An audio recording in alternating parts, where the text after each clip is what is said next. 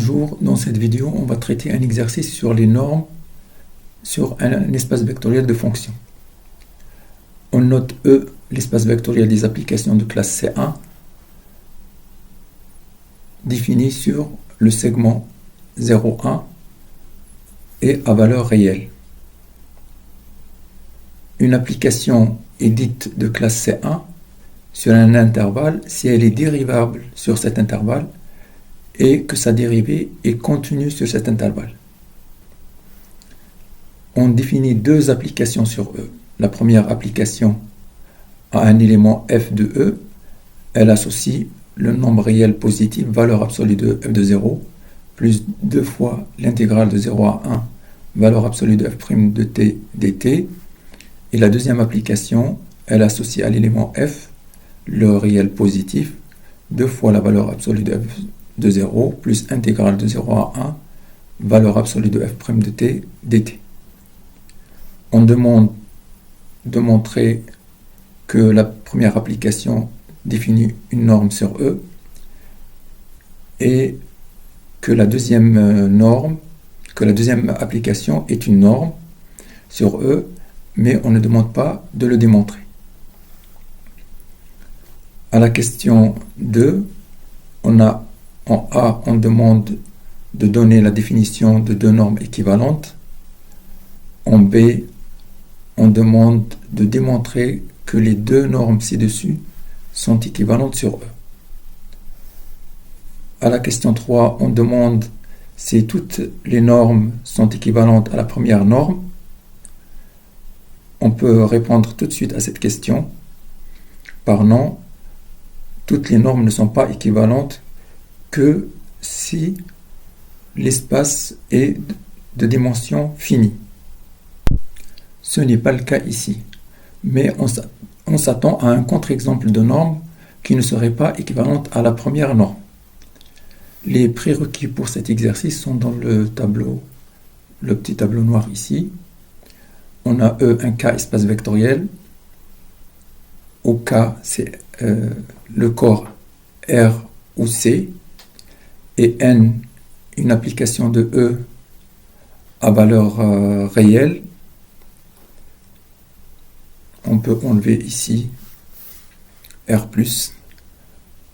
parce que dans les propriétés, la positivité de la norme se déduit des trois axiomes ici.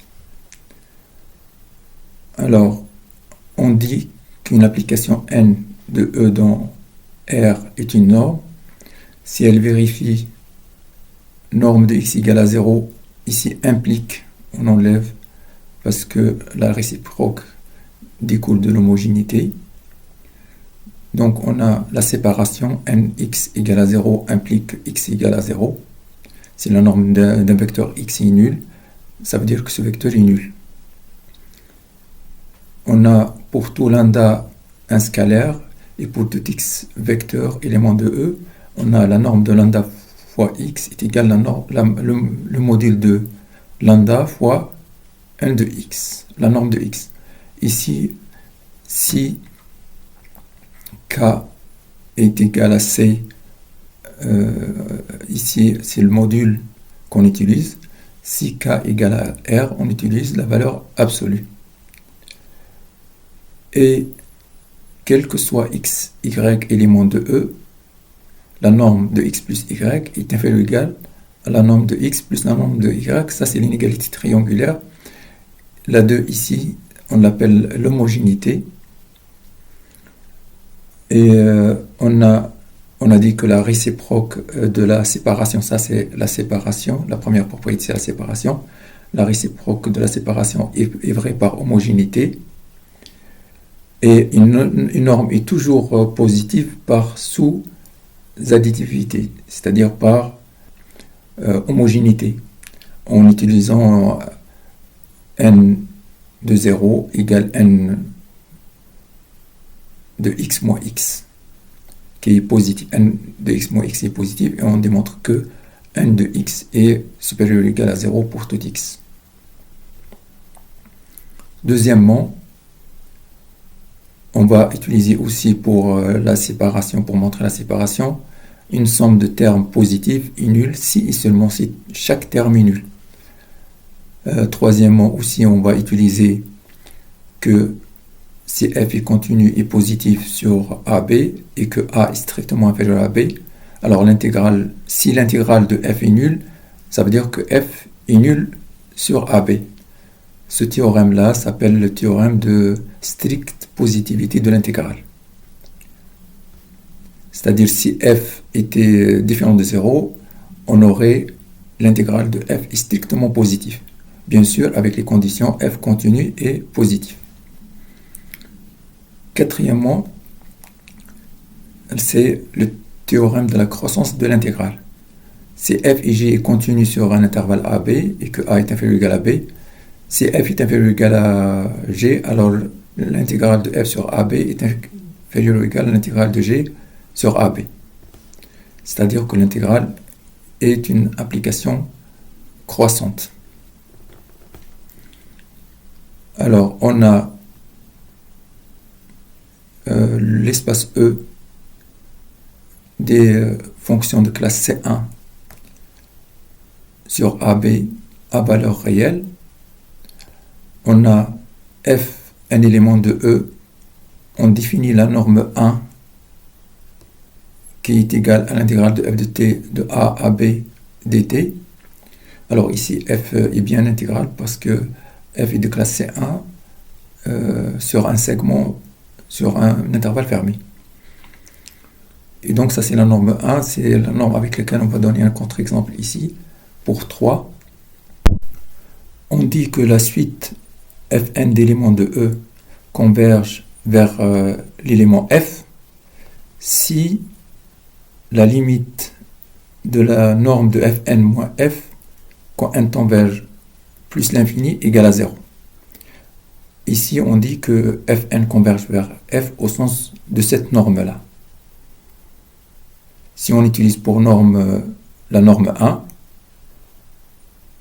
et qu'on a limite de fn moins f norme 1 quand n tend vers l'infini égale à 0, on dit que fn converge en moyenne vers f. Premièrement, on a une application qu'on note avec des doubles barres et un point qui va de E à valeur dans R. On va commencer par la séparation qui est juste une implication. Norme de x égale à 0 implique que x égale à 0. Donc nous avons norme de f égale à 0. Donc on a une somme de termes positifs qui est nulle. Donc chaque terme est nul. Une somme de termes positifs est nulle si seulement si chaque terme est nul. On applique le 2 ici. Donc on a la valeur absolue de f de 0 égale à 0 et intégrale de 0 à 1 f' de t valeur absolue égale à 0. On va dire car somme nulle de termes positifs. Et donc la première égalité nous donne f de 0 égale à 0. Et la deuxième égalité nous donne f' de t égale à 0 pour tout t appartenant à 0,1. On applique ici, on applique la stricte positivité de l'intégrale, le théorème de la stricte positivité de l'intégrale, c'est-à-dire si f est continu et positif sur AB et que A est strictement inférieur à B, ici nous avons 0 strictement inférieur à 1, et on a l'intégrale qui est nulle, et on a f' en valeur absolue qui est positif et continu sur 0,1. Donc on a une fonction qui est positive et positif ici et continue sur l'intervalle 0,1. et on a dans les bornes de l'intégration 0 est strictement inférieur à 1, cette intégrale est nulle, alors f est nul. Ici, c'est f', c'est la valeur absolue de f' qui est nulle, donc f' de t égale à 0, et donc f est une fonction constante, car sa dérivée, elle est nulle. Et donc, or, f de 0 égale à 0, par conséquent,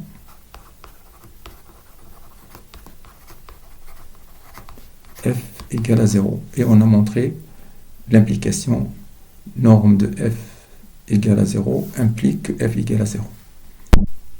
Maintenant, on va montrer l'homogénéité.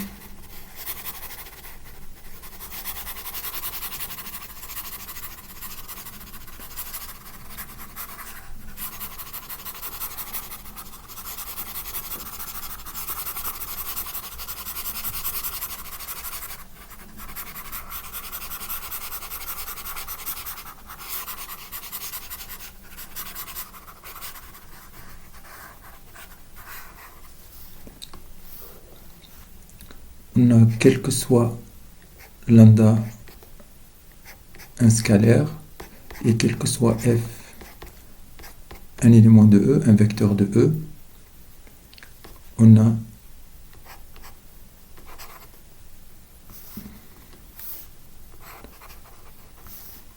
donc lambda f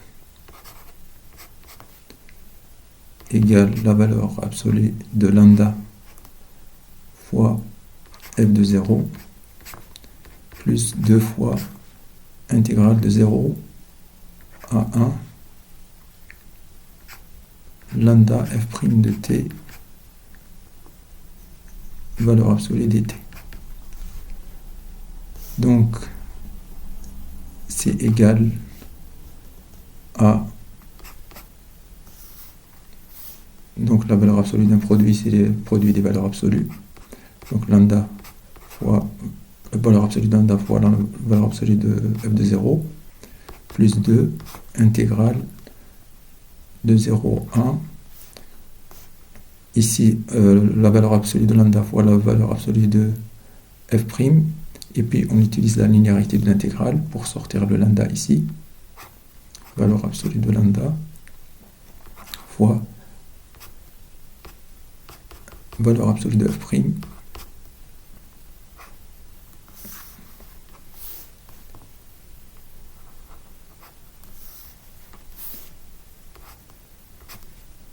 dt, et donc c'est valeur absolue de lambda fois norme de f. Et donc on a montré l'homogénéité. On a, quel que soit f et g des éléments de E, on a norme de f plus g égale valeur absolue de f de 0 plus g de 0 plus 2 fois l'intégrale de 0 à 1 f' de t plus g' de t en valeur absolue dt. Alors, on a, quel que soit t appartenant à 0 à 1, on a valeur absolue de f' de t plus g' de t est inférieur ou égal à valeur absolue de f' de t plus g' de t. Donc on a une fonction qui est inférieure à une autre. Donc par croissance de l'intégrale, l'intégrale de la première fonction est inférieure ou égale à l'intégrale de la deuxième fonction. Bien sûr, ici, les fonctions sont continues sur 0, 1. Donc on a par croissance de l'intégrale, on a intégrale de 0 à 1 valeur absolue de f' de t d plus g' de t dt, est inférieur ou égal, je vais utiliser maintenant la linéarité de l'intégrale. Donc intégrale de 0 à 1, valeur absolue de f'. Je vais écrire comme ça f' plus intégrale de 0 à 1 g'.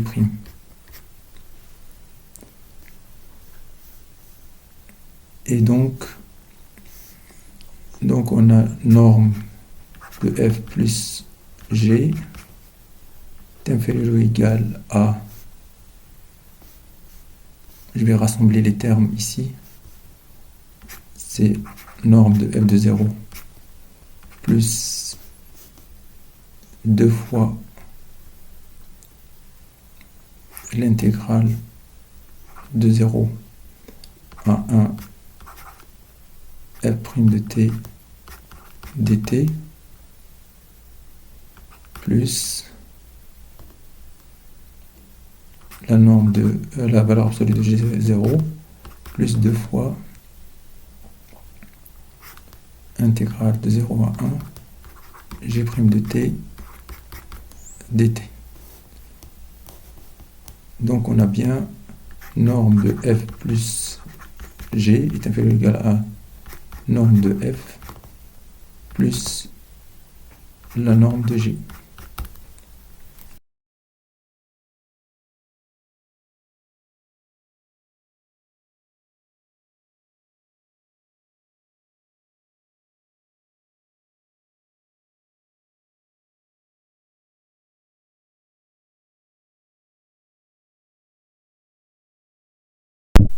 (2a) Définition de deux normes équivalentes.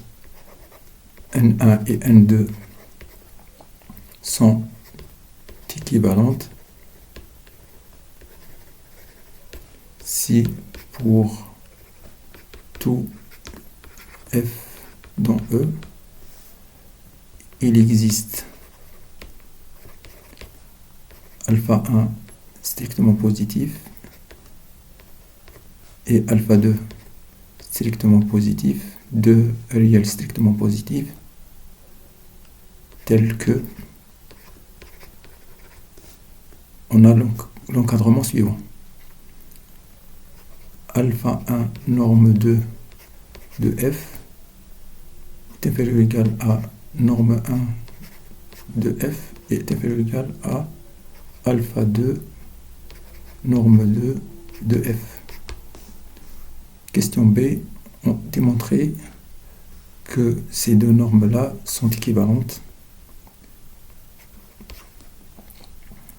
On a d'une part norme de f est inférieure ou égale à 4 fois la norme de f de 0 plus 2 fois l'intégrale de 0 à 1 norme de f' de t dt. Là, on a ajouté un nombre positif qui est 3 fois la valeur absolue de f de 0.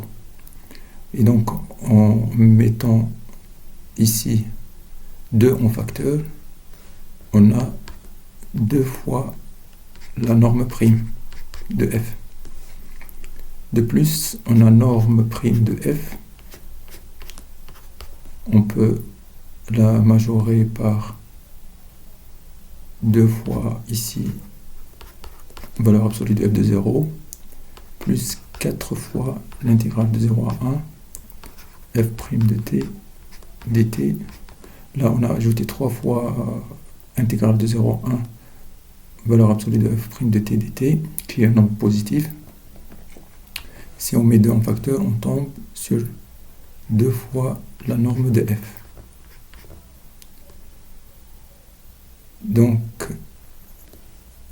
ici, nous avons la norme de f qui est inférieure ou égale à 2 fois la norme prime de f, et elle est supérieure à 1 demi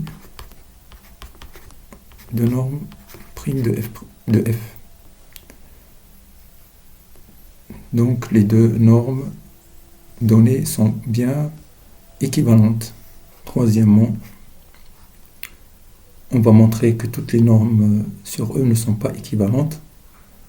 Pour cela, on va donner l'exemple de la norme 1 qui n'est pas équivalente à cette norme-là. Donc, on va l'appliquer à la suite de fonctions fn d'éléments, une suite d'éléments de E.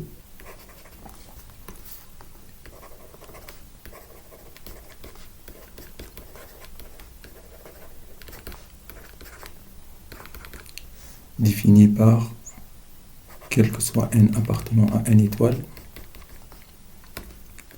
f n de t égale t à la puissance n. Donc fn est définie sur 0,1 et elle est de classe C1 sur 0,1. Donc elle appartient à E.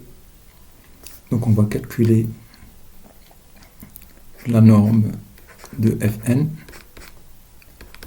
Donc c'est f de 0, c'est 0.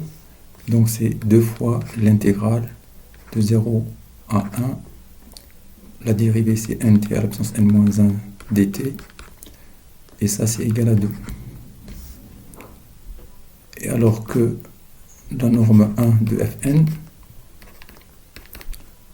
égale l'intégrale entre 0 et 1 de f de t dt, c'est intégrale entre 0 et 1 t à la puissance n dt égale 1 sur n plus 1. On voit bien que fn converge vers 0 selon la norme 1. C'est-à-dire qu'elle converge en moyenne vers 0. Vers la fonction nulle. Alors, on a, parce que limite de fn moins f, ici f c'est 0, quand n tend vers plus l'infini, donc cette limite là c'est la limite de 1 sur n plus 1 quand n tend vers l'infini, ça donne 0. Donc fn, la suite fn converge vers 0 selon la norme 1. Selon, elle converge en moyenne vers 0, mais ne converge pas vers 0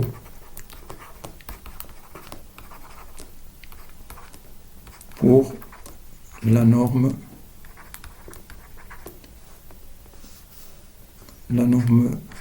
qu'on a notée comme ça, cette norme-là. Donc les deux normes ne sont pas équivalentes. On peut justifier aussi autrement en calculant le rapport entre la norme de f, la première norme ici, et la norme 1.